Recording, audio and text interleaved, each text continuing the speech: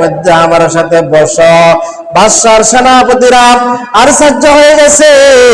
আহারে, যে জায়গায় আব্দুল্লাহ ইবনে হুযায়ফার গলাটা দ্বিখণ্ডিত করে দিবে, এখন দেখি বাদশাহ কি মাথা নষ্ট হয়ে গেছে নি? আব্দুল্লাহ ইবনে হুযায়ফা রাদিয়াল্লাহু তাআলা আনহুকে বাদশার কাছে নিয়ে বসাইছেন। সেনাপতিরা বাদশার সামনে কানাঘুষি করতেছে। কি আশ্চর্য ব্যাপার, যেখানে তাকে হত্যা করবে সেই স্থানে এরকম ভাবে বাদশার চেয়ারের সাথে বসাইছে, বাদশাহ নিজের সাথে বসাইছে। মুহতারাম হাজিরিন, হযরত আব্দুল্লাহ ইবনে হুযায়ফা রাদিয়াল্লাহু তাআলা আনহুকে ডাক দিয়া বলে, এ আব্দুল্লাহ ইবনে হুযায়ফা, আমি বাদশাহ তোমাকে অনেক মহব্বত করি, আমি তোমাকে অনেক ভালোবাসি, তোমাকে দেখে আমার খুব ভালো লাগছে। ও আব্দুল্লাহ ইবনে হুযায়ফা,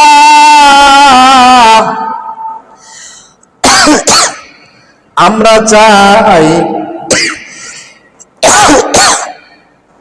আমাদের এই ভালোবাসাটা যেন আরো গভীর হয়, আমাদের এই সম্পর্কটা যেন আরো গভীর হয়, আমাদের মহব্বতটা যেন আরো গভীর হয়।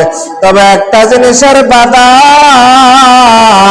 আব্দুল্লাহ ইবনে হুযায়ফা রাদিয়াল্লাহু তাআলা আনহু ডাক দিয়া বলে, কিসের বাধা?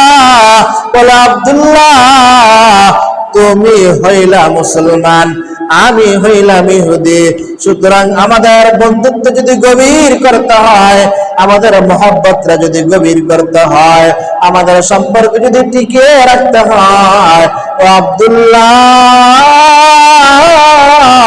তাহলে তুমি তোমার মুসলমান ধর্ম ত্যাগ করতে হবে, খ্রিস্টান ধর্ম গ্রহণ করতে হবে। ও আব্দুল্লাহ, তুমি যদি তোমার ধর্ম গ্রহণ করো, তোমার ধর্ম ত্যাগ করে আমাদের খ্রিস্টান ধর্ম গ্রহণ করা, তাহলে এই মুহূর্তে তোমাকে আমি আমার বুকের মধ্যে নিয়ে নেব, তোমাকে সহ সমস্ত কয়েদীদেরকে আমি বাদশাহ মুক্ত করে দিব। জোরে বলেন আল্লাহু আকবার।